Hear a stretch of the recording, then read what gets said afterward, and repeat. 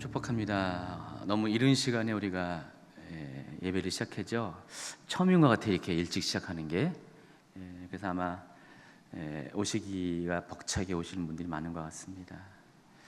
원래 오늘 그 주 대상은 셀리도 브리도 원래는 그렇습니다. 그런데 우리 모두가 다 하나님 앞에서 그렇게 쓰임 받아야 될 분들이고, 또 우리 교회 성도들은 그래도 다 하나님 나라에서 하나님께서 그렇게 사용할 것을 기대하고 있기 때문에 여러분 다 동일한 심정으로, 그런 마음으로, 준비됨으로 오셨을 것을 기대합니다. 홍성곤 목사님을 이제 소개하는데, 제가 때마침 어제 우리 청소년 예배 때 예수는 전도단에서 소개를 하면서 홍 목사님을 좀 소개했어요. 제가 그래서 리서치 아닌 리서치를 하게 됐습니다. 오늘 잠깐 이제 올라오기 전에 대화를 나눴는데, 목사님께서 이제 33세부터 예수전도 한국 대표를 맡으셨대요. 꽤 오래전 얘기잖아요. 근데 지금 거의 30년이 시간이 이제 지났습니다. 근데도 그때나 지금이나 변함없이 저는 늘 언제나 하나님의 사람은 과거나 현재나 미래나 변함이 없어야 된다고 생각합니다. 그래서 그런 측면에서 정말 하나님 앞에 늘 신실하신 것 같아요. 그래서 우리가 그러한 목사님을 모시고 말씀을 듣는 것도 굉장히 큰 영광이고 은혜가 되는 것 같습니다. 또 한 가지 알게 된 것은, 저도 한 10여 년부터 다리가 좀 불편했는데 목사님이 다리가 불편하시더라고요. 좀 이따 올라오실 텐데 보겠지만은 아주 옛날부터 그러셨대요. 그래가지고 저도 많이 위로가 됐습니다. 요즘 수술을 할까 말까 굉장히 고민에 빠져 있는데 많이 위로가 됐고요. 대개의 경우 목사님이 오시기 전에 교회에 대해서 알고 오시는데 주임절교회는 왠지 그런 게 없이 오셨대요. 그래서 주임절교회가 어떤 교회인지 잘 모르시잖아요. 그런데 몇 년 전에 사정에 의해서 이제 교회 오다가 못 오는 자매가 있어요. 우리 교회 초창기에 다니던 자매. 그 자매가 목사님 사역단체에 간사 역할을 했었는데, 그 자매가 얘기했었대요. 인천에 있는 제가 다니는 교회예요 하면서. 그래서 제가 그 자매 이름을 댔더니 목사님이 그 교회냐고. 그래서 다행히 조금은 아십니다. 점점 우리가 알아갈 테지만은 오늘도 귀한 말씀을 통해서 우리 목사님의 마음도 아시고, 또 그 안에서 역사하시는 하나님의 넓으심도 우리 알아가는 귀한 시간 되기 바랍니다. 벌써 약속한 시간 2분 지났네요. 우리 홍성곤 목사님 환영합니다.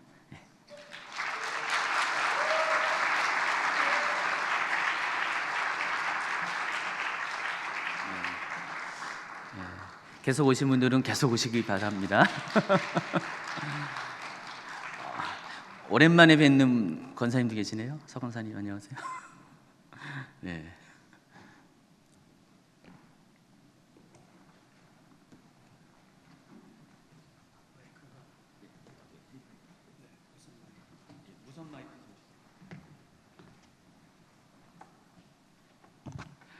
여기 방송실 이거 좀 꺼주실래요? 무선 마이크 쓸게요.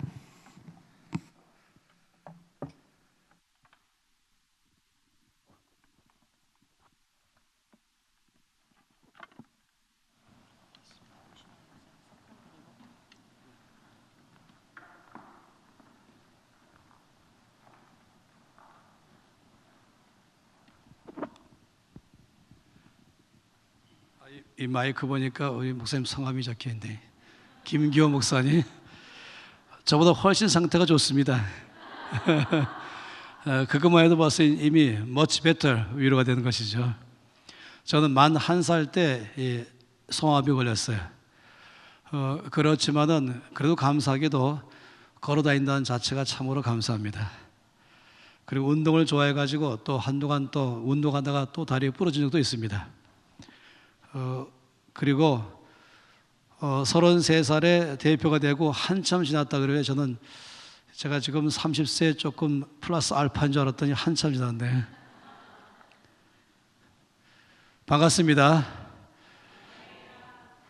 옆에 사람에게 한번 주의 사랑으로 사랑합니다. 좀 사랑. 저는 이 3일 동안에 아시겠지만은 함께 이 말씀을 나눌 때에 80분 동안 말씀을 나누고 잠깐 쉬었다가 또 80분 동안 나눠서 전체는 10시 전에는 끝날 수 있도록 그렇게 좀 계획을 세웠습니다. 어찌 본다면은 하루에 2번씩 강의해서 모두 6번의 이 말씀을 하게 됩니다. 때로는 제목이 6가지 될 수도 있고 어떤 경우는 또 그렇지 않을 경우도 될 수 있겠죠. 전체적인 이 중심은 이미 여기 대주제로 나와 있는 것처럼 우리 모든 그리스도인들의 정체성, 내가 이 땅에 왜 와 있는가, 내가 날마다 왜 살아야 되는가라고 말한다면 하나님께서 우리를 세상의 빛과 세상의 소금으로 부르셨습니다. 그 자체를 또 다르게 말한다면 이 세상에 영향을 주는 삶으로 우리를 부르셨습니다. 그래서 아주 당연한 말씀이지만은 다시 한번 깊이 살피는 시간들을 갖기를 바라는 것이에요. 자, 가끔씩 이렇게 질문할 때가 있습니다.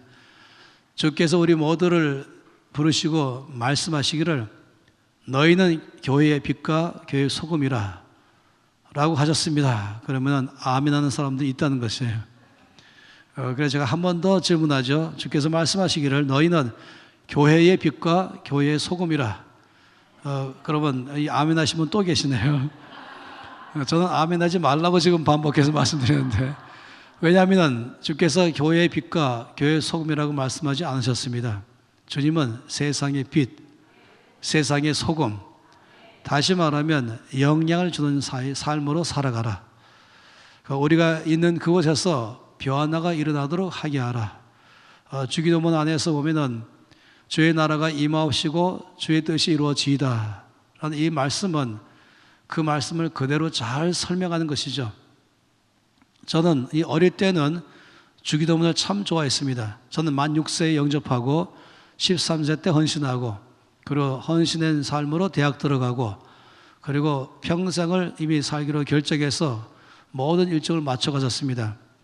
그렇지만은 제가 어릴 때는 예수를 믿긴 믿지만은 너무나 이 환경적으로 쉽지 않아 가지고 이 땅에 사는 삶이 고통이었습니다. 어린 나이에 말입니다. 그러다 보니까 저는 이 주기도문을 좋아했습니다. 특히 어디를 좋아했냐면 주의 나라가 임하옵시고 주의 뜻이 이루어지이다. 이 말씀을 좋아했는데 왜 좋아했냐면 저는 이 하나님의 나라에 없는 게 많이 있잖아요. 가난도 없고 슬픔도 없고 질병도 없고 분쟁도 없고 거기는 사망은 없고 절망도 없습니다. 하나님 나라에는 기쁨이 충만하고 생명이 넘치고 그 안에는 사랑이 충만하고 그리고 서로 연합된 삶을 사는 것이 하나님 나라의 특징이죠. 이 땅에 사는 것이 너무나 어려워서 빨리 주의 나라가 임하기를 바랬습니다. 제가 생각하는 주의 나라는 공간적으로 분리된 것이죠.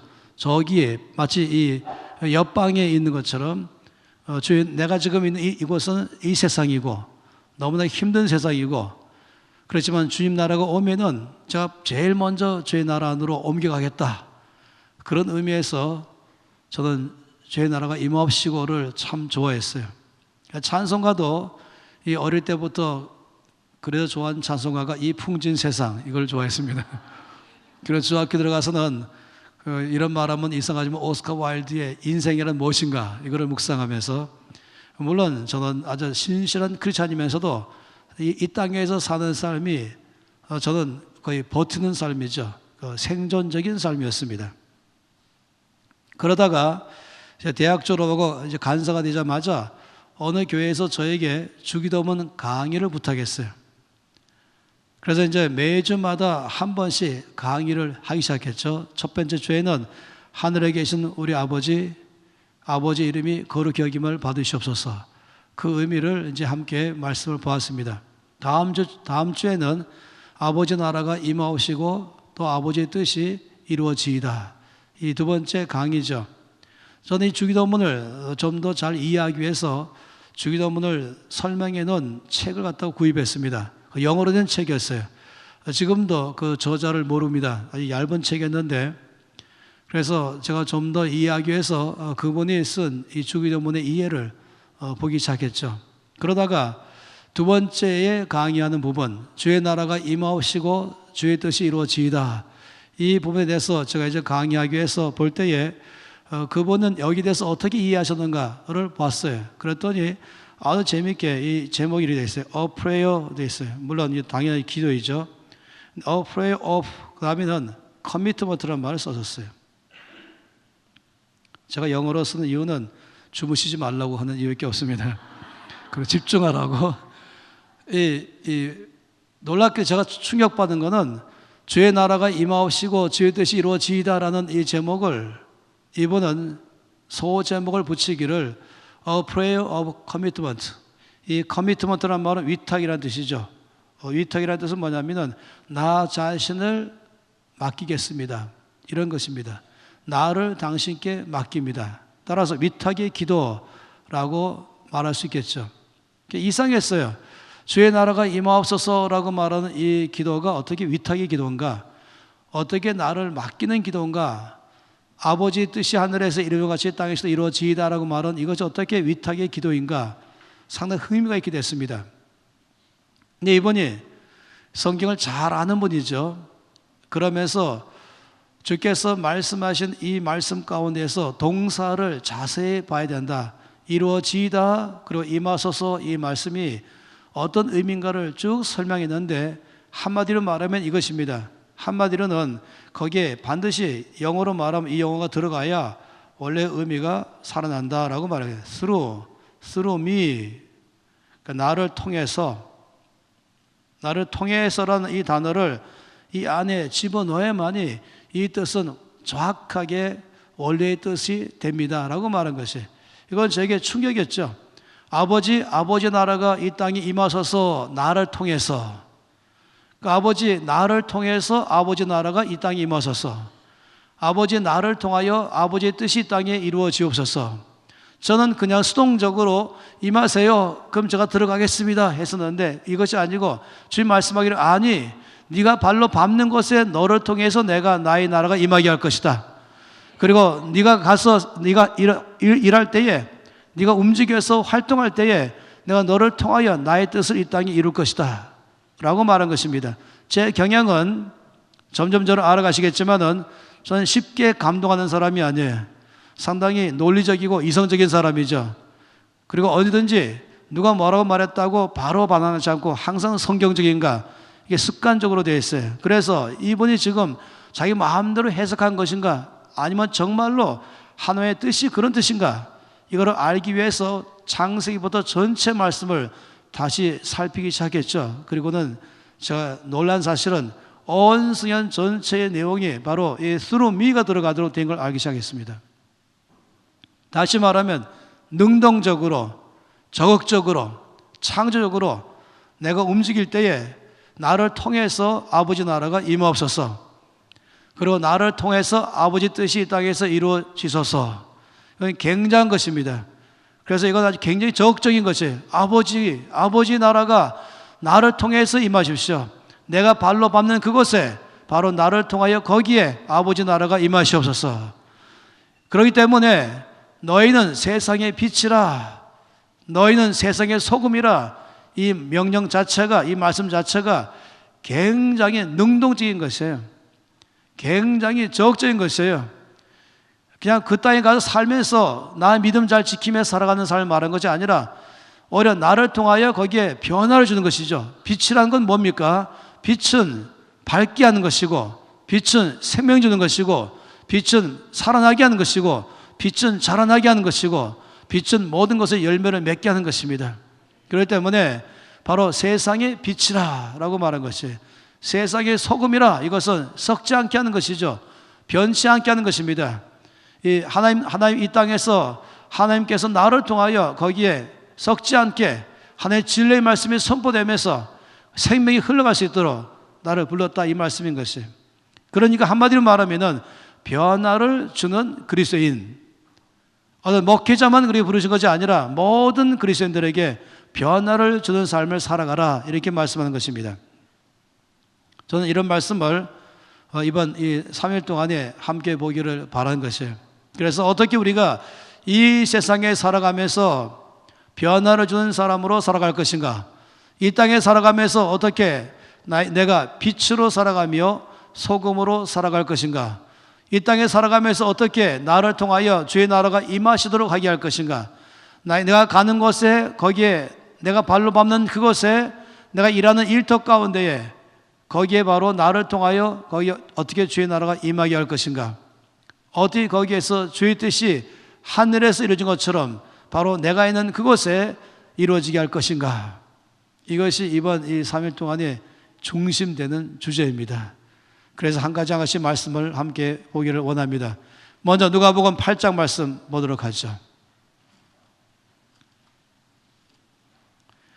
하나님의 말씀은 누가복음 8장입니다.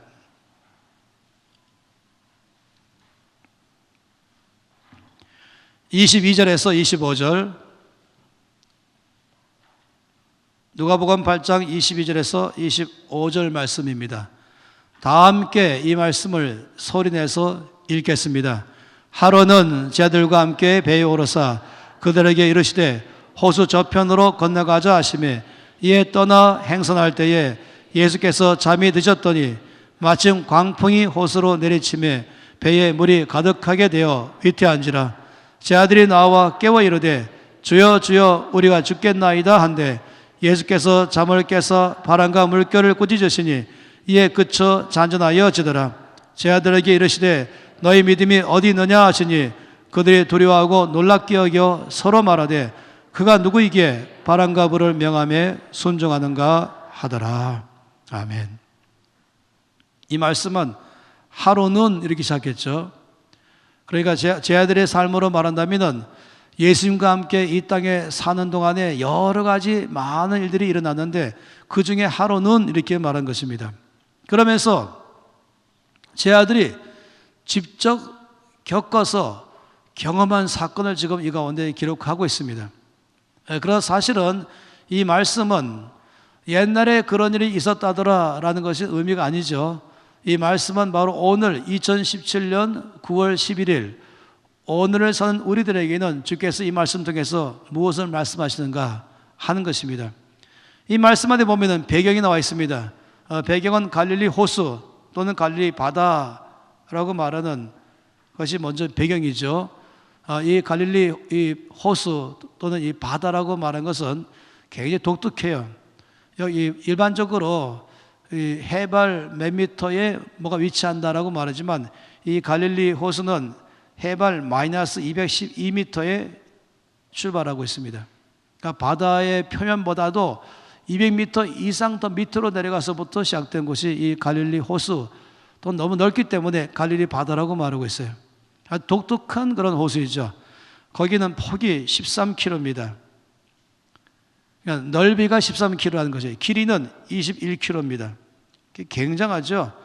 이 부천 안에, 이 부평 안에 있는 이 전체를 담을 씻을 만한 그런 넓인 것이 굉장히 넓은, 넓다 그래가지고 바다라고 말하고 있습니다. 그리고는 여기에 배가 있습니다. 제 아들이 배를 탔죠. 그리고는 이제 이 배가 한마디로 바다를 항해하는 것이죠. 그러다가 풍랑을 만났어요. 이 풍랑은 아주 심한 풍랑이어서 광풍이라고 말했습니다.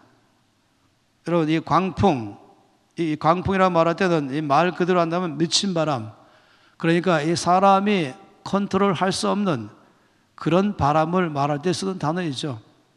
이것이 지금 여기에 하나의 배경인 것입니다. 이걸 잠깐 좀 우리가 살펴보도록 하죠. 이 내용을 본다면, 그러면 이것은 뭘 의미하는가라고 말한다면 바다는 항상 세상을 말하고 있습니다. 그리고 배는 나 자신이죠. 이걸 또 우리가 때론 인생이라고 말하기도 하고 나의 삶이라고 말하는 것이에요. 배가 바다를 항해한다. 이것은 내가 이 세상에서 살아간다 라고 말하는 것입니다. 하루하루를 살아가고 한 주간을 살아가고 또 한 달을 살아가는 것이죠. 우리는 현재는 이 인천이라는 이 안에서 있는 이것이 우리의 바다이잖아요. 조금 더 넓게 한다면 경기도라고 말할 수 있겠고, 조금 넓게 한다면 이제 한반도라고 말할 수 있는 이 바다에 나란 사람이 살아가는 것입니다. 근데 광풍, 풍랑은 내 삶에 일어나는 사건들이겠죠. 나의 삶을 흔드는 일들, 나를 두렵게 하는 일들, 나를 염려스럽게 하는 것을, 나로 하여금 불안하게 하는 것을, 나의 안정된 삶을 다 깨트려 버리는 것, 내 기쁨을 뺏어가는 것, 내 살 소망까지 끊어지게 하는 것, 이런 일들이 일어나는 것을 말하겠죠. 우리 모든 사람은 참 안타깝게도 그런 일을 다 경험하고 살고 있습니다. 그런 일을 겪지 않으려고 한다면 불가능하죠. 우리는 원하든 원치 않든 간에 풍랑을 만나게 되어 있습니다. 풍랑은 때로는 사람을 통해서 오기도 하고, 또 때로는 환경 통해서 오기도 하고, 또 때로는 사건 통해서 오기도 하죠. 풍랑 만났다라고 말하면 여러 가지로 말할 수 있겠습니다. 예를 들어 말한다면 재물의 풍랑 만났다, 물질의 풍랑 만났다. 어저 풍랑이라는 그 자체 갖고는 의미는 뭐냐면은 내가 타고 있는 배를 흔드는 것이에요. 내 삶을 흔드는 것이에요. 이 풍랑이 있으니까, 이 바람이 불기 시작하니까 이 바람 때문에 자연적으로 이 물결이 이제 움직이기 시작하잖아요. 그 물결이 움직이면서 배를 갖다가 또 흔들게 하죠. 그리고 이것이 이 바람이 여기서 말한 것처럼 이렇게 아주 심한 바람, 광풍이 되기 시작하면은 그런 물결은 훨씬 더 세지죠. 물결이 1m냐, 물결이 2m냐, 때로 아주 심한 물결이 3m냐, 일단 2m만 돼도 이제 위험해지는 것입니다. 그럴 때에 이 배는 거기에 물결 때문에 말할 수 없이 요동하기 시작하는 것입니다. 오늘 말씀 보니까 이 정도가 아니라 물결이 너무 세기 때문에 배 안으로 물이 막 들어오기 시작하는 것이에요. 배는 흔들리고 배 안으로 물이 들어오고 오죽하면 제 아들이 우리가 다 죽게 되었습니다 말할 정도로 위기를 맞이하는 것입니다. 우리가 살다 보면은 그런 위기를 맞이하게 되는 것이죠. 아마 여러분들도 그런 위기를 여러 차례 경험하셨을 거예요. 또 지금도 그런 경험하고 계신 분 있을지 모르겠습니다. 어떤 이 물질로서 일어난 풍랑, 또 어떤 경우는 건강의 풍랑, 또 어떤 경우는 이 사람과의 관계 속에서의 풍랑이 여러 가지가 다 있겠죠. 이것이 내가 가는 이 삶에서 나를 가로막는 것입니다. 아주 심하면은 더 이상 살고 싶지 않다, 살 모든 이 기력도 잃어버렸다 할 정도가 되고, 아니면은 조금 덜 심하지만은 밥맛이 없다 라고 하기도 하고, 의욕이 상실됐다 라고 하기도 하고, 잠이 안 온다 라고 하기도 하는 것이죠. 집중되지 않는다, 일을 해도 손이 잡히지 않는다, 어떤 관계 속에 쉽게 짜증이 난다, 또는 판단력이 흐려지고, 이런 일 다 하나의 풍랑만 할 때 일어나는 하나의 증상들이다라고 말할 수가 있겠습니다. 따라서 이 말씀은 단지 옛날에 일어났던 사건으로 끝나는 말씀이 아니라는 것이에요. 이 말씀을 우리 가운데 성령께서 기록하심으로 오늘날 우리에게 이 말씀을 읽게 하신 이유는 바로 나에게 말한 메시지인 것이죠. 제 아들은 다 그 지방 사람들이에요. 아신 것처럼 이 갈릴리 사람들이기 때문에 그들은 이런 것쯤이야 라고 생각했겠죠. 처음에는 아마 그 중에 몇 명은 이 전문가 어부들입니다. 그래서 이 배와 그리고 물과 바람, 이것은 늘 익숙한 사람들입니다. 그래서 처음에는 이것쯤이야 라고 하다가 이제 더 이상 우리의 갖고 있는 모든 경험, 우리의 갖고 있는 모든 힘, 우리의 모든 지식 다 동원해도 이거는 감당이 안 된다까지 간 것입니다. 그때 가서야 그 배에 예수님이 타고 계신 것을 알게 된 것이죠. 그리고는 주께로 가서 주님을 깨웠다고 말했습니다. 주님은 배 안에서 주무시고 계셨죠. 질문이 있어요. 그건 뭐냐면은 예수님이 함께 타고 있는 배도 풍랑만 할 수 있을까 하는 것입니다. 다르게 말하면 예수님과 동행하는 삶에도 풍랑이 일어날 수 있을까 하는 것입니다.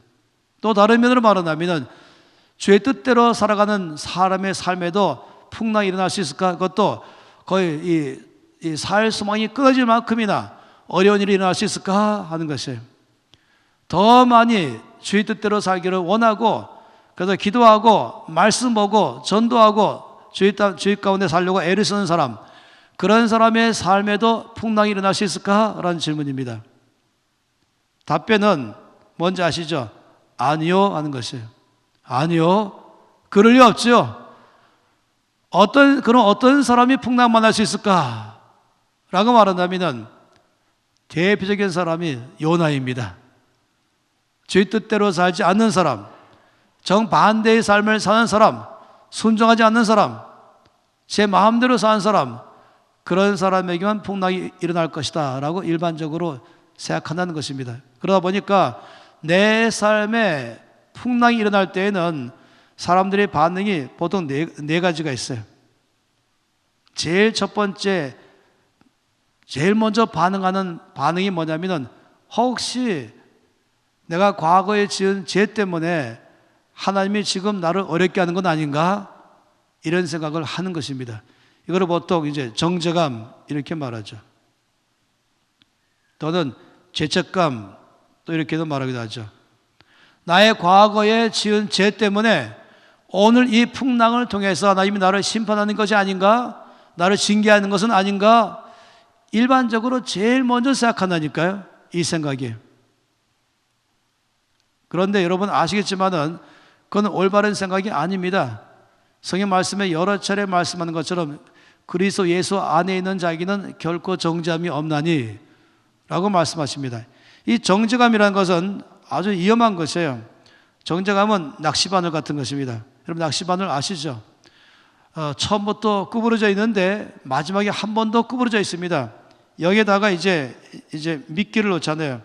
미끼를 놔두면은 이제 고기가 이 미끼를 갖다가 삼키는 순간에 아감에 딱 걸리고, 또 그 순간에 이 낚시꾼이 약간만 잡아당기면은 완전히 걸리는 것이죠. 한번 이제 걸렸다 또 낚였다 이러면은 빠져나가기 어려운 것입니다. 제가 몇 번에 걸쳐서 이제 이 낚시할 때 있었어요. 뉴질랜드에서 안신년 가지면서 세계에서 제일 멋있는 바닷가에서 낚시한 적이 있습니다. 굉장히 큰 물고기를 많이 잡았어요. 근데 물고기가 크면 클수록 이 낚싯줄은 더 팽팽해지죠. 힘이 세니까. 그리고 본능적으로 이 물고기는 바닷속으로 도망가는 것이에요. 이러니까 줄이 팽팽해지는 것입니다. 그래서 저 옆에 이 낚시를 좋아하시는 이 집사님이 저보고, 그럴 때는 잡아당기지 마십시오. 그럴 때는 조금 풀어줘야 됩니다. 풀어주다가 당기다가 풀다 당기다 하면서 고기의 힘을 빼야 됩니다. 그래서 서서히 당겨지, 너무 당기다가는 끊어질 수가 있는 것이에요. 워낙 고기가 크니까. 그날 저는 이 코치를 받아가면서 굉장히 큰 물고기들을 많이 잡아당겼었어요. 늘 이 고기가 싸우는 것이죠. 그리고 마지막에 이 앞에서 이제 잡아 올려야 되는 것입니다. 저는 그날 지나가면서 바로 이 말씀을 연상케 되는 것입니다. 정죄감. 정죄감은 한마디로 말하면 과거에 매여 사는 삶인 것이에요. 조금만 어려운 일이 발생했다 그러면은 이 정죄감이 나를 끌어가는 것입니다. 아니, 그 정도가 아닌 것이에요. 하나님 앞에 예배를 드리려고 손 높이 들었는데 바로 그 순간에 너는 예배를 드릴 자격이 있냐? 뭐 이런 생각. 하나님이 너희 예배를 받으실까? 이런 생각. 내가 기도하려고 저 앞에 기도하던데 주님이 내 기도를 응답하실까? 왜냐하면 너 이런 사람 아니냐? 하면 이미 역사적 사실, 내가 지은 죄는 시간과 공간적으로 확실한 증거가 있잖아요. 적어도 내가 알잖아요. 그리고 원수마귀가 이걸 알게 하는 것이에요. 그러나 나에게 고발하는 것이죠. 나 양심도 나를 고발하는 것이고, 한마디로 말하면 너 자격이 있냐? 여러분, 이것은 모든 크리스찬들에게 오는 것이, 아니 모든 사람 다 오는 것이에요. 이 땅에 성경 말씀에 의하면은 이 정죄감을 해결하지 못하면 영적 성장을 못한다 이렇게 말했습니다. 영적으로 성장하려면은 내 안에 밀고 들어오는 이 정죄감, 이 죄의식, 과거에 지은 나의 실수와 허물과 죄에 대해서 명확하게 선을 그을 줄 모르면 끊임없이 낚시바늘처럼 끌려가면은 한 발 앞으로 갔다가 두 발 뒤로 끌려가 버리는, 그러니까 주의 은혜를 받으려고 나가면은 또 뒤로 당겨버리는, 손 들면은 또 손 내리게 하는, 겉으로는 입으로 노래 부르지만은 이미 이 정죄감이 빠져버리면은 노래만 부를 뿐이지 하늘에 상달되는 기도 예배가 아닌 것이에요. 그건 자기가 하는 것이죠. 어떤 크리스찬들은 이 정죄감에 시달리는 것입니다. 그럼 예수 믿는 지 10년 지났어도 성장이 안 돼요. 직분도 갖겠고 지식도 있고 겉으로 믿음이 좋은 것처럼 보일지 모르지만은 만일에 이 정죄감을, 죄의식을 해결할 줄 모르면은 성장이 안 된다니까요. 그 자리에서 맴도는 것입니다. 아신 것처럼 여기에 대한 명확한 사실은 십자가와 보혈의 능력인 것입니다. 예수님의 십자가와 보혈의 능력으로는 죄를 다 깨끗하게 하셨죠. 그리고 죄로부터 우리를 용서하셨죠. 이것이 보혈의 능력인 것입니다. 십자가는 나를 대신하여 죽으신 것이어서 죄를 처리했습니다. 예수의 보혈로 죄를 깨끗하게 하신 것이죠. 그래서 정죄감이 없는 것입니다. 따라서 이런 일이 올 때에는 내가 손 들고 갈 때에 너 자익 있냐라고 말할 때는 명확하게 말하는 것입니다. 나는 이미 죄사함 받았다라고 말하는 것입니다. 나는 이미 보혈로 깨끗함을 입었다라고 말하는 것입니다. 십자가에서 이미 나의 죄가 처리되었다 말하는 것입니다. 따라서 이 첫 번째가 일반적으로 많은 사람을 괴롭게 하는 것이에요. 풍랑이 일어날 때에 작은 풍랑이든 큰 풍랑이든 이런 일이 일어날 때에는 제일 먼저 정죄감이 온다니까요. 혹시 나의 과거의 죄 때문에 오는 것이 아닌가 하는 것입니다. 여러분 그럴 때마다 명확하게 이것은 처리할 필요가 있는 것입니다. 명확하게 처리하셔야 돼요. 나는 이미 죄사함 받았습니다. 신약이 아니겠어요? 신약이 뭐겠어요? 새 언약은 내가 너의 모든 죄를 다 용서했고 내가 너의 모든 죄를 다 깨끗하게 하였고 이미 난 너의 죄를 다시는 기억지도 아니하리라. 이것이 바로 복음인 것입니다. 두 번째, 풍랑 만날 때 사람들이 갖고 있는 이 생각은 뭐냐면은 그것은 원망하는 것입니다. 누구누구 때문에 지금 내가 이렇게 고생하는구나. 어려움만 오면은 풍랑 만나면 놀랍게도 사람들은 이 풍랑은 누구 때문에 일어났냐? 저 사람은 아니었더라면 이런 일이 없었을 텐데 저 일만 없었더라면 이런 일은 없을 텐데 놀랍게도 사람들은 이 풍랑의 원인 제공자를 바로 색출해서 모든 걸 다 그 사람에게 책임 전가하는 것입니다. 이건 참으로 위험한 것이죠. 이런 사고 속에 살기 시작하면은 아까 첫 번째처럼 영적 성장이 방해되는 것이에요.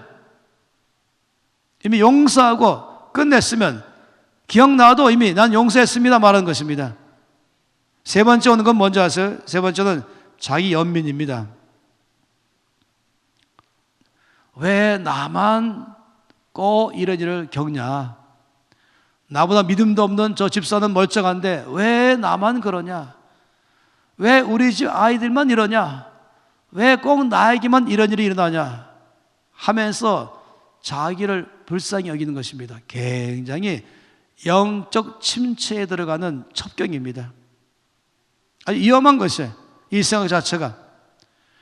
그럼 마지막까지 갈 때가 있어요. 네 번째는 그래도 잘 안 가지만은 이 풍랑이 세면은 또 풍랑이 잘 끝나지 않으면 네 번째까지 갑니다. 그건 뭐냐면 하나님을 원망하죠. 하나님을 의심하죠. 하나님은 정말로 나를 사랑하시는가? 나를 사랑하신다면 왜 이런 일이 일어나는가? 또는 하나님은 전능하신가? 이것도 못 막으시나? 하나님은 내 상황을 아시나? 이게 점점 심해지면은 어디까지 가는지 아세요? 하나님 살아계신가? 까지 가는 것이에요. 이 네 가지가 남의 얘기가 아니죠. 남의 얘기이길 바랍니다. 앞으로는 이것을 처리하셔야 돼요. 이 풍랑 만날 때에 내 삶에서 어려울 때에 이 네 가지 중에서 한 가지, 두 가지, 세 가지 아니면 네 가지 일어나는 것이에요. 반응하는 것입니다. 근데 여러분 보세요. 오늘 말씀 보니까 주께서 나오셨죠. 그럼 말씀으로 바람에게 명령하셨어요. 말씀으로 풍랑에게 명령했죠. 잠잠하라, 고요하라 라고 명령했습니다. 그러니까 즉시로 순종했죠. 그러니까 대자연을 순종케 하는 권위가 계신 것이에요. 그런데 주께서 그 다음에 이렇게 말씀 안 하셨어요. 야, 얼마나 힘들었겠냐. 사실상 굉장히 힘들었잖아요. 물이 들어와서는 배가 지금 잠결망원까지 됐다면 심각한 상황이었거든요. 그런데 주님 그렇게 말씀 안 하셨어요. 또는 만일에 첫 번째 때문에 그렇다면 회개하라 라고 말씀하셨겠죠. 두 번째였다면 원망하지 말라 라고 말씀했겠죠. 세 번째였다면 감사하라 라고 말씀하셨겠죠. 네 번째였다면 하나님은 살아계시다 라고 보여줬겠죠. 그런데 오늘 이 말씀 가운데 성령 하나님이 이 말씀을 기록하시고 오늘 우리에게 하는 메시지는 뭐냐면 주님의 질문에 있는 것입니다. 25절 질문이 뭡니까? 너희 믿음이 어디 있느냐? 여기 우리 주님께서 갖고 있는 제일 큰 관심은 뭔지 아십니까? 바로 믿음이었습니다. 이 상황에서 풍랑 만난 이 상황 가운데서 주님의 관심은 나의 과거에 죄에 대한 것도 아니고 어떤 누구 때문도 아니고 왜 나만 이것도 아니고 이 풍랑 만났을 때 주께서 우리 모두에게 관심 갖기를 바란 것은 이 믿음에 관한 것입니다. 지금 첫 번째 시간은 전 지금 믿음을 말하고 있는 것이에요. 그런데 재밌죠? 너희 믿음이 어디 있느냐? 이렇게 질문했어요. 이 질문 참 중요하죠. 예를 들어 아담아 내가 어디 있냐? 라고 하신 것처럼. 그러니까 이 질문은 그대로 말한다면 영어로 말하면 Where is your face? 라고 말한 것이에요. 영어로 너 어디 있냐? Where are you now? 이렇게 말한 것처럼 너 어디니 지금? 아 나 지금 부평에 있어. 아 나 지금 부산에 있어 라고 말한 것처럼 아 나 지금 버스 안에 있어. 아니 카페에 있어 라고 말한 나 집에 있어 라고 말한 것처럼 나 교회에 있어 라고 말한 것처럼 똑같이 너의 믿음이 어디 있냐? 라고 말한 것이에요. 굉장히 중요한 질문이죠. 여러분 오늘 첫 번째 이 말씀을 항상 심장에 넣기를 바란 것이에요. 풍랑 만날 때에 주님의 관심은 풍랑 만날 때에 내 삶을 흔들 때에 나에게 염려하게 하고 불안하게 하고 낙담하게 하고 절망에 빠지게 하고 심하면은 살 수만이 끊어질 만큼 될 만한 그런 일이 발생한다면 작은 일이든 큰 일이든 발생한다면 이때 가장 주께서 원하는 관심은 나의 믿음인 것입니다. 너의 믿음이 어딨냐라고 말하는 것입니다. 이 말씀은 두 가지를 말하는데요. 첫째, 너의 믿음의 현 주소가 어디냐라고 말한 것입니다. 너의 믿음의 현 주소, 저 믿음이 어디냐? 다르게 말하면 이것이죠. 너의 믿음이 머리에 있냐? 너의 믿음이 심장에 있냐? 너의 믿음은 말로만 하는 믿음이냐? 아니면 역사하는 믿음이냐? 너의 믿음이 교과서에서만 배운 믿음이냐? 아니면 실제로 이런 풍랑 속에서 그때에 표시하는 믿음이냐 하는 것입니다. 여러분 저는요 어떤 데 가끔씩 어떤 질문서 안에 보면은 이 종교란이 있잖아요. 당신은 종교가 있습니까? 종교라면 어디입니까? 하면서 몇 개 종교를 쭉 적고 거기 체크하게 되어 있잖아요. 저는 그런 걸 체크할 때마다 언제나 불만이었습니다. 뭐 불교, 이슬람교, 유교 쭉 하면서 기독교. 왜냐하면은 저는 종교인이 아니에요. 아주 심하게 말하면 기독교는 종교가 아닌 것이에요. 여러 종교 중에서 기독교가 아니라는 것입니다. 이것도 종교고 이것도 종교인데 불교도 종교고 기독교도 종교다. 이게 아니라는 것입니다. 왜냐하면 저는요 제가 믿는 이 기독교는 유일하신 살아계신 전능하신 하나님을 믿는 것입니다. 내가 믿는 하나님은 저들이 믿는 신과 또 하나의 신이 아니라는 것입니다. 오직 유일하신 하나님이신 것입니다. 이 세상에 하나님 외에 어떤 신이 없습니다. 이 땅에 우리 하나님만 전능자이십니다. 따라서 저는 바로 여기에 지금 살아 역사하시는 하나님 믿는 사람인 것이죠. 그런데 예수 믿는다는 사람이 직장에서 직장생활 할 때에 풍랑 만났어요. 직장 동료가 당해보죠. 예수 믿는 사람, 교회 다니는 이 사람이 풍랑 만났는데 뭐 화도 막 내고 욕도 막 하고 절망하고 낙심하고 일도 손에 안 잡히고 얼굴은 시커멓게 돼 있고 낙담한 가운데 있고 막 사람을 대해서 미워하고 욕하기 시작하고 짜증내고 그럼 몸이 막 아프기 시작하고 이렇게 한다면 그 옆에 있는 직장인 동료가 이렇게 말하죠. 아, 당신은 기독교라는 종교를 갖고 있는 사람이군요. 나는 아닙니다. 난 무종교입니다. 당신은 종교인, 나는 무종교인. 당신 일요일 날 교회 가는 사람이고 난 일요일 날 등산 가는 사람이고 그 끝인 것이에요. 그 사람 보기에는 예수 믿지만은 이렇게 생각하죠. 종교인인 교회 다니는 당신과 안 다니는 나와 똑같네. 풍랑만 할 때 당신의 반응이나 내 반응이나 똑같네. 뭐 그렇다면은 종교인이죠. 그렇다면 굳이 교회 갈 이유가 없는 것이죠. 교회 가자 그러면은 교회 갈 이유를 못 느끼는 것이에요. 동기가 안 되는 것이에요. 왜 일요일 날 내가 등산 안 가고 교회 가냐? 이런 것이죠.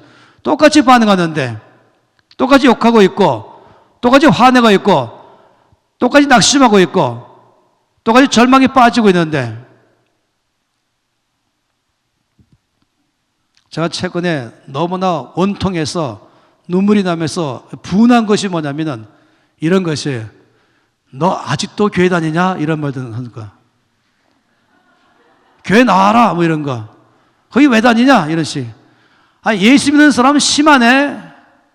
안 믿는 사람보다 더 심하네. 종교인이죠. 그냥 종교. 그러나 너희 믿음이 어디냐? 풍랑만 할 때에 환난 당할 때에 다른 사람은 낙심하고 다른 사람은 절망하고 다른 사람은 염려하고 두려워하고 화를 막 내고 욕하고 이럴 때에 예수 믿는 사람은 그 가운데서도 평안하고 감사가 있고 기뻐하며 요동하지 아니하며 그 가운데서 하나님이 풍랑 속에 역사하심을 경험하기 시작하며 간증이 있기 시작하며 그러면 믿지 않는 동료가 옆에 있다 말고 저 사람은 왜 나하고 다르지? 나 같으면 화날 텐데 나 같으면 욕할 텐데 나 같으면 낙심할 텐데 나 같으면 우울과 슬픔 속에 빠질 텐데 왜 저 사람은 얼굴이 빛나고 있지? 왜 기쁨이 있지? 왜 얼굴이 평안하지? 왜 삶이 조금 요동하지 않지? 왜 늘 삶이 역동적이지? 왜 용서하지? 왜 더 친절하지? 왜 그런 가운데도 맡긴 일에 열심히 최선을 다해서 근무하지? 왜 나하고 다른가? 그리고는 예수 믿으란 말 안 해도 다 아는 것이에요. 예수 믿는다는 것, 그것 때문이 다르구나. 아, 저 사람이 믿는 예수, 그는 살아계시구나. 나도 그 예수를 믿고 싶다. 할렐루야. 제가 사람들을 이제 사역자로서, 전임 사역자로서 리더의 자리에 들어가게 할 때에 어떤 과정을 해본 적이 있냐면은 6개월 동안에 공장에다 집어넣는 거예요. 공장 직공으로, 공장 일하는 사람으로 조건이 있는데 이 공장장하고는 제가 계약하죠. 월급 똑같이 줘요. 똑같이 근무하죠. 근데 그렇지만은 이 사람들을 공장에서 6개월 동안 일한 동안에 계약이 있어요. 그건 절대로 나는 예수 믿습니다라는 말을 하지 않기로 되어 있는 것이에요. 그리고 6개월 동안 일한 다음에 공장에 있는 모든 주변 사람들이 이 사람에 대한 평가서를 제출하게 하는 것이에요. 그럴 때 이 사람들이 이 사람은 우리하고 너무 달라요. 성실하고 부지런하고 늘 긍정적이고 늘 사랑을 베풀고 늘 웃음이 있고 그리고 감사가 있고 너무 달라요. 이 사람 아마 예수 믿는 사람인 것 같아요. 남에 의해서 이 증명 나오길 바란 것입니다. 그때 가서야 당신을 리더로 세우겠습니다. 했다니까요. 저는 몽땅 다 그렇게 하고 싶어요. 여기 몽땅 다. 집사 되기 전에 몽땅 다. 아예 약속하고 6개월 후에 직장 동료들에게서 추천서를, 소개서를 받은 다음에 집사를 세울 것인가 말 것인가, 장로를 세울 것인가 말 것인가, 아주 더 심한 험한 일하는데 노동판에 넣어가지고 말입니다. 여기 막 왔다 갔다 하는데 말입니다. 인간 대접 못 받는 건 들어가서 말입니다. 주께서 내가 너희를 이리 가운데 보내는 양과 같도다 이렇게 했잖아요. 이리 가운데 보내는 양 같도다. 양과 일이 얼마나 다릅습니까? 근데 이 양이 이리 가운데 살다가 이리가 된 양 아세요? 내가 견디고 살아내고 이 가운데 나는 맨날 욕먹고 당할 수 없다. 나도 안 당하겠다. 네가 나를 무시하냐? 나도 무시하겠다. 이래서 나중에는 이 양이 이리 가운데 가서 세상을 바꾸라고 말했는데 이리가 된 양이 될 수 있습니다. 그러면은 그냥 종균이죠. 주님 말씀하시기를 너희 믿음이 어딨냐 말하는 것이에요. 여러분, 주님의 관심은 풍랑이 아닙니다. 주님은 오늘 이 말씀 보게 되면은 풍랑은 하나님께서 준비하신 것처럼 보이는 것입니다. 아니면 하나님이 준비 안 하셨다 할지라도 풍랑을 일어나는 것을 하나님이 허락하신 것이에요. 마침 이렇게 말했죠. 마침 광풍이 호수로 내리침에 이 말씀 속에는 출발할 때는 풍랑이 없었던 거예요. 잔잔했었죠. 근데 마침 저는 가끔 이 말씀을 전할 때에 제목을 믿음의 실험실 이렇게 붙일 때가 있습니다. 내가 탄 배가 실험실인 것이에요. 나의 믿음은 실험실인 것이에요. 나의 삶은 실험실인 것이에요. 다시 말하면 증명해야 되는 것이죠. 나의 믿음을 증명해야 되는 것입니다. 내 믿음이 교과서에서 배운 이론적인 믿음이 아니라, 나의 믿음이 말로만 하는 것이 아니라, 나의 믿음이 머리에만 있는 것이 아니라, 나의 믿음은 하나님이 나의 삶에 개입하셔서 역사하게 하는 능력인 것입니다. 여러분, 믿음은 뭔지 아십니까? 믿음은 전능하신 하나님이 내 삶에 임재케 하는 도구인 것입니다. 전 믿음을 이렇게 말합니다. 믿음은 전기 스위치와 똑같다라고 말한 것이에요. 전기 스위치, 전기가 어디까지 와 있습니까? 파워가 스위치까지 와 있는 것이에요. 스위치를 누르는 순간에 즉각적으로 불이 들어오기 시작한 것이죠. 믿음은 수도꼭지 같은 것입니다. 물이 꼭지까지 꽉 차 있어요. 꼭지를 틀 때에 물이 나오는 것이죠.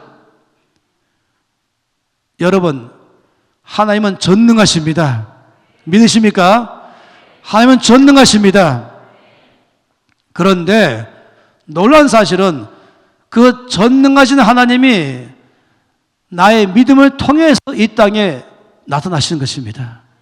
내가 스위치를 누르는 순간에 그 전기가, 이 전력 파워가 이 불로 나오는 것처럼, 내가 스위치를 드는 순간에, 꼭지를 드는 순간에 물이 나오는 것처럼 하나님은 여기 계시고 전능하신데, 살아 역사하시는데, 그 전능한 하나님의 역사를 내가 믿을 때에 경험되게 하는 것입니다. 내가 믿을 때 역사하는 것입니다. 여러분 아세요? 주께서 역사하실 때마다 내 믿음대로 될지어다. 여러분, 참 놀라운 것은 뭐냐면 하나님은 언제나 약속했어요. 하나님 말씀은 약속으로 있어요. 나는 전능한 하나님이다. 내가 너를 도우리라 라고 말씀했어요. 내가 너를 건지리라. 내가 너를 치유하리라. 내가 너를 새롭게 하리라. 약속 다 하셨어요. 그 약속이 나의 삶에서 경험돼야 되는 것이죠. 약속만 있는 것이 아니라 약속을 내가 경험해야 되는 것이에요. 약속과 경험을 뭐라고 말합니까? 그걸 성취라고 말한 것이죠. 나의 것 돼야 되는 것이에요. 어떻게 이 약속이 나의 것 되게 할 것인가? 여기는 중요한 것은 뭐냐면 파이프가 필요한 것이에요. 이 통로가 뭡니까? 바로 믿음인 것입니다. 믿을 때에 하나님의 약속이 나의 것 경험하게 하는 것입니다. 따라서 오늘 이 말씀 가운데서 풍랑은 주께서 다르게 말하면 왜 나를 힘들게 하시나? 왜 나만 이렇게 어렵나? 이렇게 하는 것이 아니라 오히려 풍랑은 하나님을 경험할 수 있는 기회가 되는 것입니다. 풍랑은 하나님의 살아계심을 모든 사람에게 알게 할 기회가 되는 것입니다. 제가 요즘은 이 출애굽기 말씀을 읽고 있는데 하나님께서 모세를 통해서 이스라엘 백성을 바로의 손에서 건져내서 홍해를 건너가면서 가나안 땅으로 인도하는 내용 아니겠습니까? 거기 보게 되면은 바로가 점점 더 강팍해지고 있어요. 이스라엘 사람은 점점 어려워지는 것이죠. 다시 말하면 하나님께서 역사하면 하나님께서 모세를 보내는데 바로의 마음은 더 강팍해지고 있는 것입니다. 풍랑은 더 일어나는 것이죠. 주님 말씀하기를 그러면 그럴수록 내가 여호와인 줄 알게 할 것이다. 이것이 오히려 하나님이 하나님 되심을 증명할 기회가 온 거라는 것이에요. 따라서 여러분 풍랑은 나를 어렵게 하는 것이 아니라 풍랑은 하나님을 증명할 기회다. 풍랑은 간증할 기회다. 풍랑은 주께서 나와 함께 계시면서 그건 전능하시며 나의 모든 삶을 다스리시며 대자연을 다스리시며 나를 구원하시고 역사하시는 분인 것을 간증할 기회다. 이것이 풍랑의 중요한 의미인 것이에요. 너희 믿음이 어디 있냐? 그것은 이 말씀 때문에 있는 것입니다. 이 말씀의 각도를 잘 보세요. 너희 믿음이 어디냐 할 때는 너희 믿음이 말로만 하는 믿음이냐? 뭐 그런 사람이라면 풍랑 속에서 아까 같은 반응을 하게 되겠죠. 낙심하고 염려하고 내 힘으로 해결해 보려고 애를 쓰면 쓸수록 더 어려워지고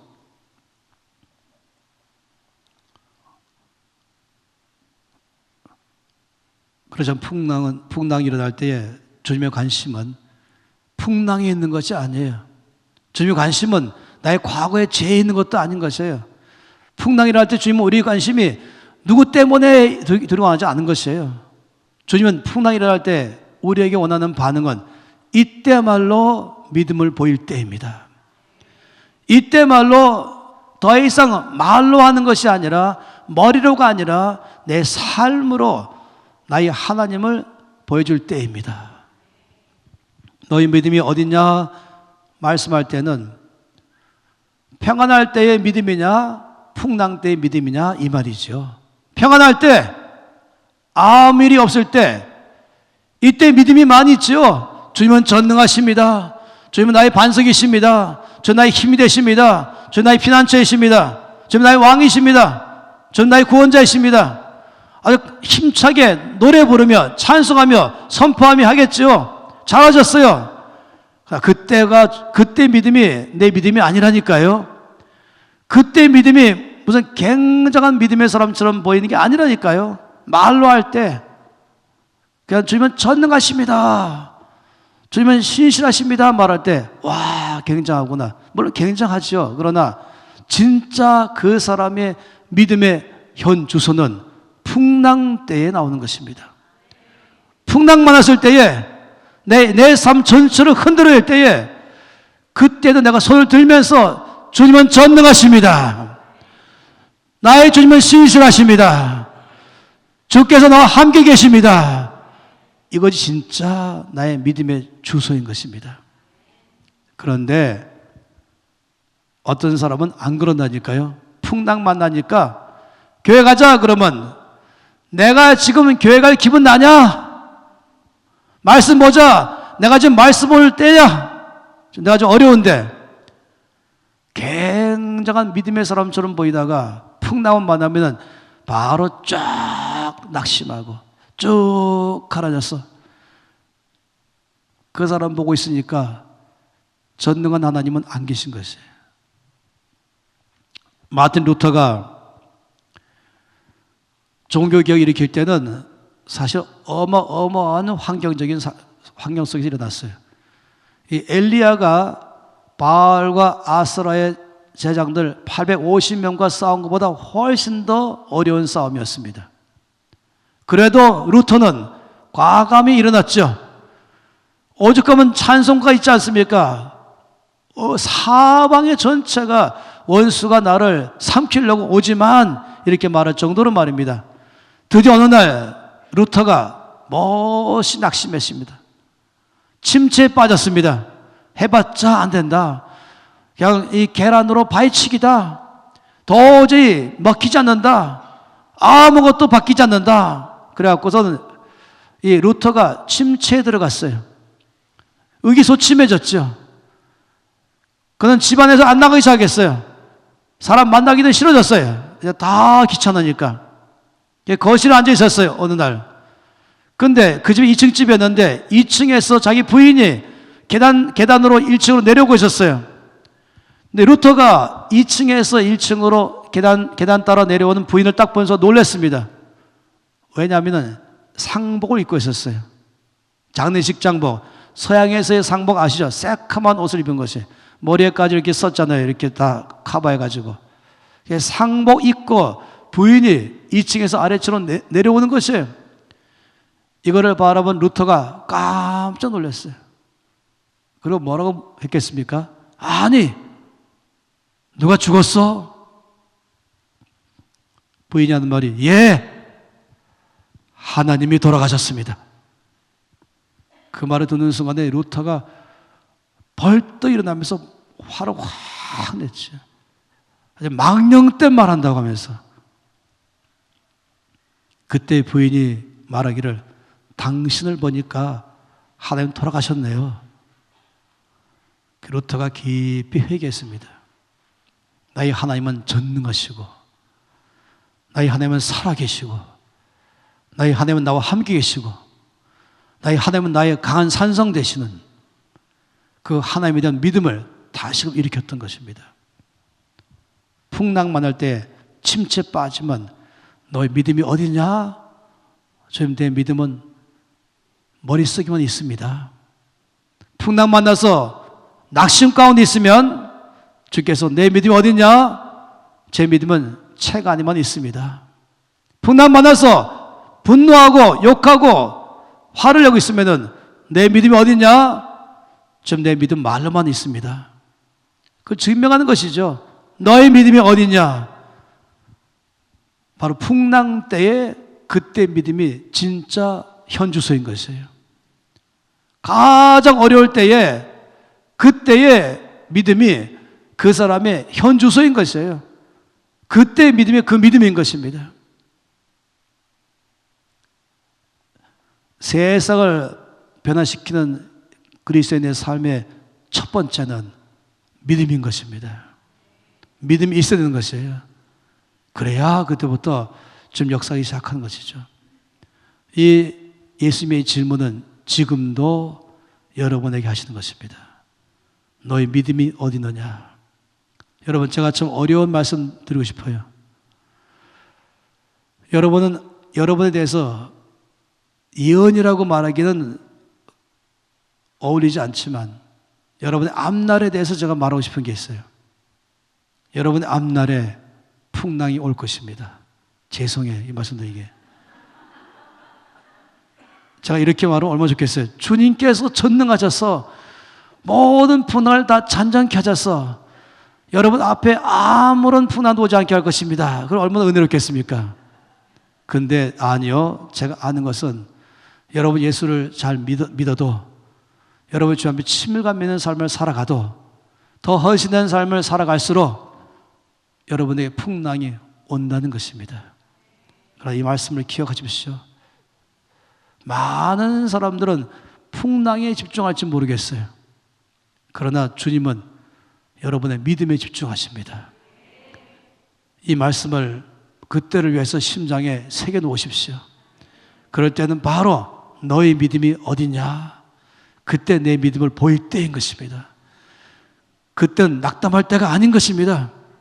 그때는 두려워할 때가 아닌 것입니다. 그때야말로 믿음을 보일 때인 것입니다. 제가 많은 사람들을 양육했잖아요.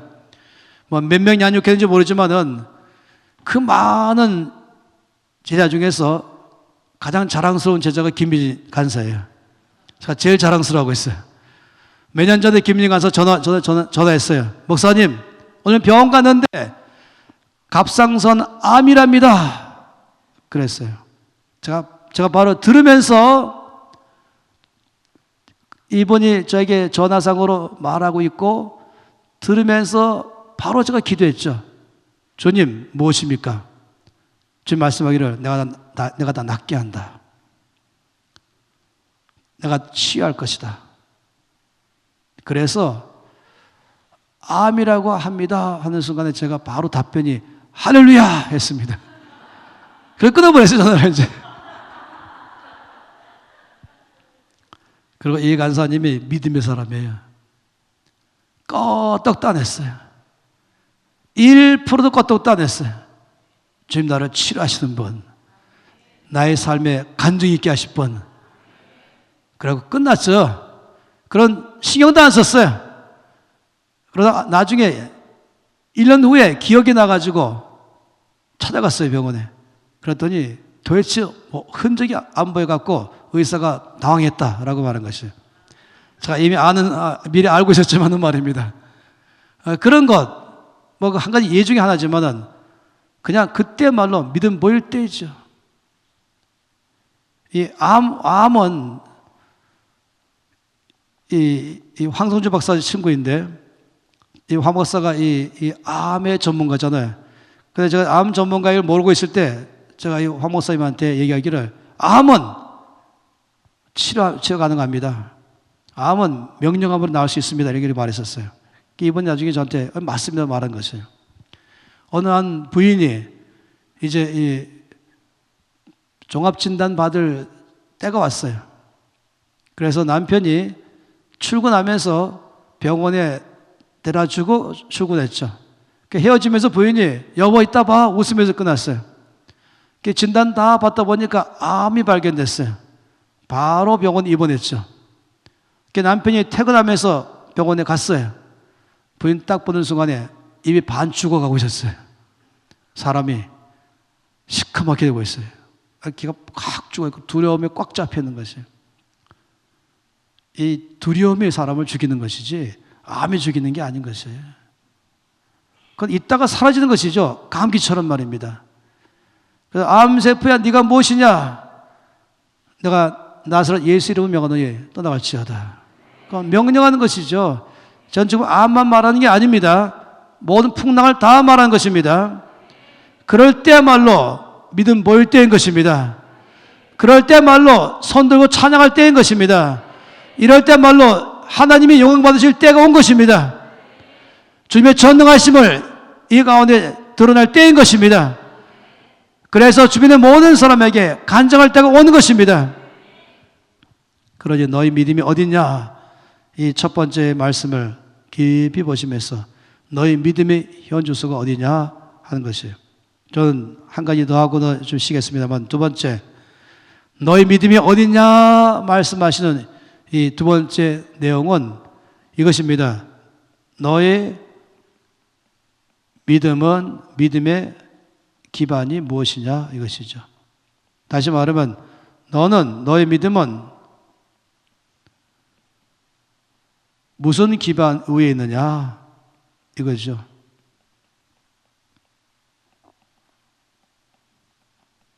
다시 말하면 너의 믿음은 환경 위에 있냐, 환경에 의한 믿음이냐, 아니면 말씀에 의한 믿음이냐 하는 것이죠. 여러분 아시는 것처럼 믿음을 뭐라고 말하고 있습니까? 믿음의 정의가 무엇입니까? 믿음은 로마서 10장 17절에 뭐라고 말씀했어요? 믿음은 들음에서 난다. 들음은 뭐를 들을 때에? 그리스도의 말씀을 들을 때에 믿음이 난다. 따라서 믿음은 느낌이 아닌 것이에요. 감정이 아니죠. 믿음은 보는 것도 아닌 것입니다. 믿음은 오직 말씀을 들을 때 나는 게 믿음인 것입니다. 주께서 제 아들에게 그날 말씀하시기를 아주 명확하게 하루는 제 아들과 함께 배에 오르사 그들에게 이르시되 호수 저편으로 건너가자. 그러니까 그 여행은 주께서 말씀하심으로 출발한 것입니다. 주의 말씀에 의해서 시작된 것이죠. 그런데 말씀으로 출발했는데 가다가 풍랑 만난 거예요. 제 아들은 풍랑에 다 관심 갖게 됐죠. 다시 말해 환경에 다 집중했죠. 그들은 말씀에 집중하는 것이 아니라 그들은 환경에 집중한 것입니다. 너의 믿음이 어디냐? 너의 믿음의 기반이 환경 위에 있는 것이냐? 너의 믿음의 기반이 말씀 위에 있는 것이냐? 하는 것이에요. 대표적인 예가 있지 않습니까? 누가복음 5장 말씀 보면은 주께서 해변가에서 많은 사람에게 말씀을 전하셨죠. 그때에 거기에 배를 한 척 빌리셨죠. 바로 베드로의 배였습니다. 근데 베드로는 그 전날 밤새도록 고기 잡으려고 애를 썼지만 한 마리도 못 잡았습니다. 그럼 날이 새어서 허탈한 마음으로 지금 이 그물을 손질하고 있었었죠. 근데 주께서 그 베드로의 배를 빌려 타시고 말씀을 전하셨습니다. 말씀 마친 다음에 주께서 베드로에게 말씀했습니다. 깊은 데로 가서 그물을 내려 고기를 잡아라. 베드로가 어떻게 반응했을까 하는 것이에요. 이렇게 반응할 수도 있어요. 선생님, 제가 알기로 선생님은 목수라고 알고 있습니다. 나무로 각종 모양을 만드는데 전문가라고 제가 알고 있습니다. 그런데 이 바다에 관해서, 배에 관해서, 고기에 관해서, 그물에 관해서는 제가 전문가입니다. 전 여기서 태어났습니다. 저는 어려서부터 어부로서 잔뼈가 굵은 사람입니다. 저는 경험도 많이 있고 지식도 있고 기술도 있습니다. 저는 이 면의 전문가입니다. 전문가인 제가 말씀드리겠습니다. 제가 지난 밤새도록 저희 전문적 지식을 다 동원했습니다. 저희 기술도 다 동원했습니다. 저희 힘을 다 동원했습니다. 그러면서 잡으려고 애를 썼습니다. 근데 한 마리도 잡지 못했습니다. 제 경험상 말씀드리겠습니다. 안 됩니다. 제 생각을 말씀드리겠습니다. 안 됩니다. 제 느낌을 말씀드리겠습니다. 안 됩니다. 이렇게 말할 수 있죠. 많은 사람이 그렇게 말한다니까요. 이미 경험했잖아요. 이미 알고 있잖아요. 자기 생각이 있잖아요. 많은 사람들은 내 생각에, 내 느낌에, 내 경험에 이런 식으로 많이 말하고 있어요. 근데 베드로는 놀랍게 반응했습니다. 선생님, 제가 밤이 맞도록 수고했을 때 얻은 것이 없었습니다. 그러나 뭐라고요? 말씀에 의지하여 그물을 내리겠습니다. 이게 믿음인 것이에요. 내 경험에 의지하여, 내 느낌에 의지하여, 내 생각에 의지하여 너무 많은 사람은 그렇게 말한다니까요. 근데 베드로는 자기의 생각과 주의 말씀과 충돌하는 것이에요. 자기의 경험은 실패했는데 그 똑같이 밤새도록 깊은데 얕은데 여기저기 이미 다 해봤는데 안 됐잖아요. 내 경험과 주님은 똑같은 데로 다시 가라고 말씀하신 것이에요. 그 나의 경험과 주의 말씀, 나의 생각과 주의 말씀, 나의 느낌과 주의 말씀, 내가 알고 있는 지식과 주의 말씀이 충돌하는 것입니다. 이때에 따지면서 그게 아니고요. 아니 왜요? 아니면 내 생각에는 이것은 정말로 신앙생활을 방해하는 것이에요. 아무도 그렇게 하지 마십시오. 그러면 여러분 성장 못합니다. 하나님이 쓰시는 사람 되려면 그게 아닌 것이에요. 내 경험이 이미 있었고 내 생각도 있었고 내 느낌도 있고 근데 많은 사람은 믿음이라는 게 느낌인 줄 알고 있어요. 가슴이 뜨거워지는 줄 알고 있어요. 여러분 한 번은 제가 학교에 강의하고 쉬는 시간에 두 자매님이 저를 찾아왔어요. 얼굴이 울상이 돼가지고 목사님 요즘은 저희가 도저히 주님이 믿어지지 않고 있어요. 힘들어요.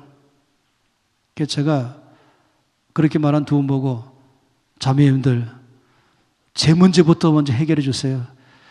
자, 요즘 굉장히 어려워요. 자, 이 시계를 딱 들어요. 자, 요즘 무슨 문제 빠졌냐면 이 시계를 볼 때마다 시계라고 느낌이 전혀 없어요. 어떤 바나가 아닌가 생각하기도 하고 사과가 아닌가 이거 볼 때마다 제 심장에 조금도 느낌도 없고 뜨거움도 없고 그냥 담담할 뿐이에요. 저를 좀 도와주세요. 가버렸어요 그냥.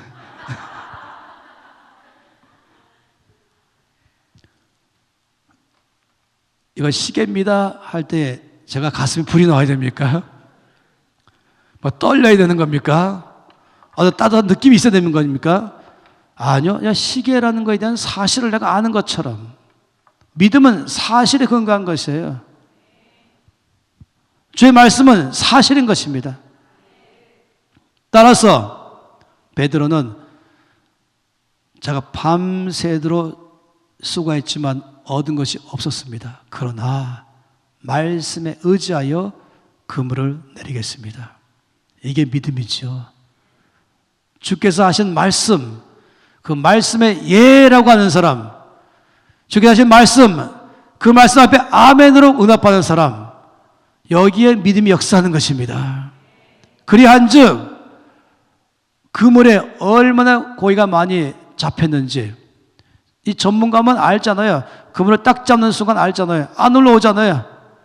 자기 형제 안드레까지 불렀죠. 두 명이 안 올라오는 것이에요. 다른 배에 있는 야고보 요한까지 와서 도와달라. 네 명의 청년 전문가 어부들이 낑낑거리면서 끌어올렸어요. 그물이 찢어질 만큼이나 이 그물 안에 고기를 다 배에 올린 다음에 배에다가 고기를 부었잖아요. 부었더니 두 배에 물이 잠길 만큼 고기가 가득했다. 이것이 바로 믿음의 결과인 것입니다. 다시 말하면 내가 믿고 역사는 하나님이 하시는 것이죠. 내가 믿을 때에 주님이 역사하는 것입니다. 저는 자주 그런 공식을 많이 말합니다. 0 곱하기 1억은 얼마냐? 라고 하는 것이에요. 0 곱하기 1억은 0입니다. 그런데 1 곱하기 1억은 1억인 것이에요. 여기 1억은 하나님의 능력을 말한 것이죠. 그래서 내가 아무것도 안 하면서 좀 역사하기를 바라는 것, 역사 안 하세요. 근데 내가 믿음으로 저 앞에 응답할 때, 바로 믿음의 1 응답할 때, 내 능력으로 역사하려는 것이 아니라 하나님 말씀 앞에 내가 믿음으로 응답할 때, 말씀하신 주께서 역사하시는 것입니다. 이건 중요한 것이죠. 저는 이 광신자라는 정의를 참 좋아합니다. 이 광신자, 이 광신자란 어떤 사람인가? 사전에 보면은 정의를 내리기를 종교에 지나치게 열심히 있는 사람, 이렇게 말할 때 쓰는 것입니다. 근데 저는 요한 웨슬레의 정의를 참 좋아합니다. 요한 웨슬레는 이 광신자의 정의를 참 잘 내렸어요. 뭐라고 말하냐면 바람직한 목적은 가지고 있으나 합당한 수단은 가지고 있지 않은 사람, 이런 사람을 광신자라고 말했어요. 바람직한 목적은 가지고 있지만 합당한 수단은 갖고 있지 않는 사람, 이런 사람이 광신자입니다. 자, 예를 들어 말씀해 볼게요. A와 B라는 두 농부가 있었습니다. 둘 다 예수 믿는 사람이에요. 봄이 되었습니다. A 농부는 밭가에 앉아갖고 아침부터 저녁까지 전심으로 찬양하며 기도했습니다. 전능하신 하나님을 찬양합니다. 창조주 하나님을 찬양합니다. 무에서 말씀으로 유를 만드신 하나님을 찬양합니다. 제가 이 밭에 아무 일도 하지 않고 씨를 안 뿌렸다 할지라도 여기서 많은 열매를 맺게 할 줄로 믿습니다. 아멘 안 하세요? 이게 A 농부입니다. B 농부는 봄이 되었습니다. 밭에 갈 때에 빈손으로 가지 않고 농기구를 들고 갔습니다. 창고에 잘 수리하고 손질해 놨던 농기구 가져가서 이 가을과 겨울을 지나가면서 딱딱해진 땅을 갈아 엎었습니다. 다시 또 이게 또 흙덩이는 또 깨트렸죠. 그리고 이 고를 잘 팠어요. 그리고 다시 돌아와서는 창고에 잘 보관해놨던 종자 씨를 가지고 와서 이제 그 흙 고랑에다가 다 뿌렸죠. 그리고 흙을 다 덮었습니다. 그리고는 거기서 기도했죠. 주님, 제가 할 일을 다 했습니다. 이제 주께서 비를 내려주시고 햇볕을 비춰서 제가 지금 심어놓은 주님에게 주심으로 심은 이 종자씨가 거기서 죽어서 싹이 나게 하시고 자라나게 해서 열매를 많이 맺게 해주시옵소서. 그리고 다음 날도 또 왔어요. 혹시라도 짐승이 와서 씨앗을 빼가지 않았을까? 흙을 해치지 않았을까? 또 혹시라도 잡초가 나서 내가 뿌리는 씨앗이 자라나는데 방해되지 않을까? 그 흙이 해쳐졌다면 다시금 잘 메꿔 덮어주고 잡초가 나오면 뽑아서 내가 지금 심어놓은 이것이 자라는데 방해하지 않도록 하면서 언제까지? 추수할 때까지 쉬지 않는 것입니다. 매일 아침마다 와서 밭을 돌보고 애쓰고 노력하는 것이죠. 그러면 A란 농부가 B를 보면서 너 믿음도 없냐? 왜 믿음도 없이 일하냐? 하면 전능하신데 창조주신데. 그러면 사람들 듣기에는 A 농부가 굉장한 믿음의 사람처럼 보이는 것입니다. 그리고 B 농부는 믿음 없는 사람처럼 보이는 것이에요. 그런데 이 A 농부는 뭐라고요? 광신자라고 말한 것이에요. 자기는 아무것도 안 하면서 열매만 많이 맺기를 바라고 있는 것. 제가 쭉 살피니까 광신자가 너무 많이 있어요. 착각하는 것이죠. 한점은 알고 있는 거예요. 주님은 전능하십니다. 창조주십니다. 그런데 주께서는 나에게 믿음을 요구하신 것이에요. 내가 해야 할 것, 이게 바로 믿음인 것이죠. 이 믿음이라고 말할 때는 여기에는 두 가지가 포함됐어요.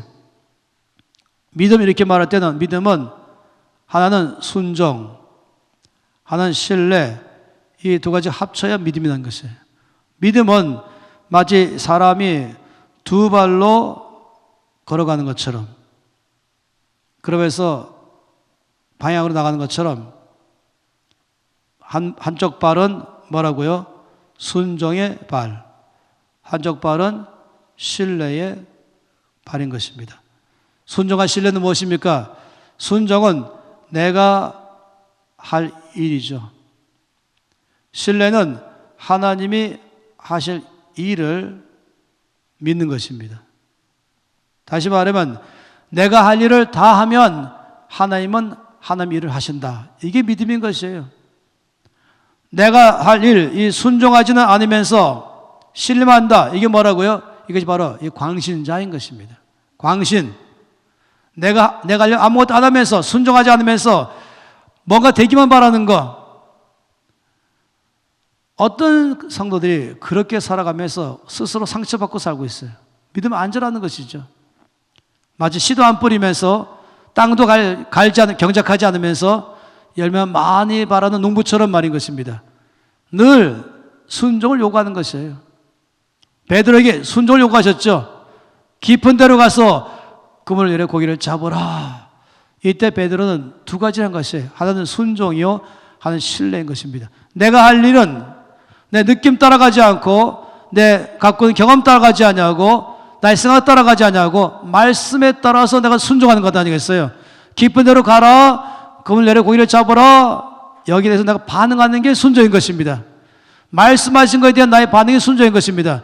그럼 내가 순종할 때에는 내가 할 일을 다 하면 주께서는 그 그물에 고기를 몰아오실 것이고 많이 잡힐 것을 난 신뢰하는 것입니다. 이게 모든 믿음의 삶의 일반적 원칙인 것이죠. 그렇기 때문에 이렇게 본다면 갖고 있는 이 도표에 0 곱하기 1억은 광신자의 믿음인 것입니다. 1 곱하기 1억, 이게 정상적 믿음의 사람인 것이죠. 그래서 언제나 순종과 신뢰, 내가 할 일은 내가 다 하면 하나님은 하나님 일을 하실 것이다. 이것이 바로 믿음의 삶인 것입니다. 따라서 너희 믿음이 어딨냐 말씀할 때에는 너희 믿음이 느낌 위에 두고 있냐, 너희 믿음이 환경에 두고 있냐, 아니면 너희 믿음이 말씀의 기반 위에 있냐 하는 것입니다. 제가 이제 말씀을 쉬었다가 이 두 번째 부분을 계속해서 조금 더 설명을 드릴 것입니다. 제가 매번 말씀을 하루에 2번씩 할 때마다 여러분들이 요청하는 것은 말씀 앞에 여러분이 입을 열어서 응답하는 것입니다. 통성 기도하는 것이에요. 소리 내서 기도하는 것이에요. 왜냐하면 여러분이 오늘 이 말씀은 좋은 강의 감사합니다. 이렇다면 제가 실패했죠. 오늘 저 강사를 통해서 하나님이 나에게 말씀하셨습니다. 그럼 나에게 말씀하신 하나님께 응답하는 것입니다. 그렇다면 그런 분은 두 손 높이 드십시오. 오늘 이 첫 시간에 하나님이 나에게 말씀하셨습니다. 그렇다면 나에게 말씀하신 주 앞에 응답하면서 주님, 제가 믿음의 사람으로 살겠습니다. 주님, 제가 풍랑만할 때에 잘못된 반응으로 보이지 않겠습니다. 제가 풍랑만할 때에 올바른 반응 보이겠습니다. 풍랑만할 때에 풍랑이 아니라 이때 말로 내 믿음 보일 때요, 이때 말로 간증을 경험할 때요, 이때 말로 하나님의 전능하심을 만날 때요, 이때 말로 나를 통해서 내 주변의 사람들이 하나님을 만날 때인 것을 제가 믿습니다. 아버지, 제가 풍랑만할 때에 제 믿음을 보이겠습니다. 풍랑만할 때에 더 높이 나가겠습니다. 풍랑만할 때에 내가 저 믿음으로 선포하겠습니다. 풍랑만할 때에 바로 그때 말로 내 믿음을 보이며 주를 만날 때이며 아버지 나를 통하여서 영광받을 때인 줄 믿습니다. 다 함께 소리내서 기도하시겠습니다. 아버지, 시온의 주 앞에 고백하며 나갑니다. 이제는 풍랑만할 때에 잘못된 반응으로 나가지 않겠습니다. 정죄에 빠지지 않겠고 원망하지 않겠고 자기 염려에 빠지지 않겠고 주여, 풍랑만할 때야말로 내 믿음을 보일 때입니다. 머리로서가 아니라 입으로 아니라 말로 하는 것이 아니라 주여,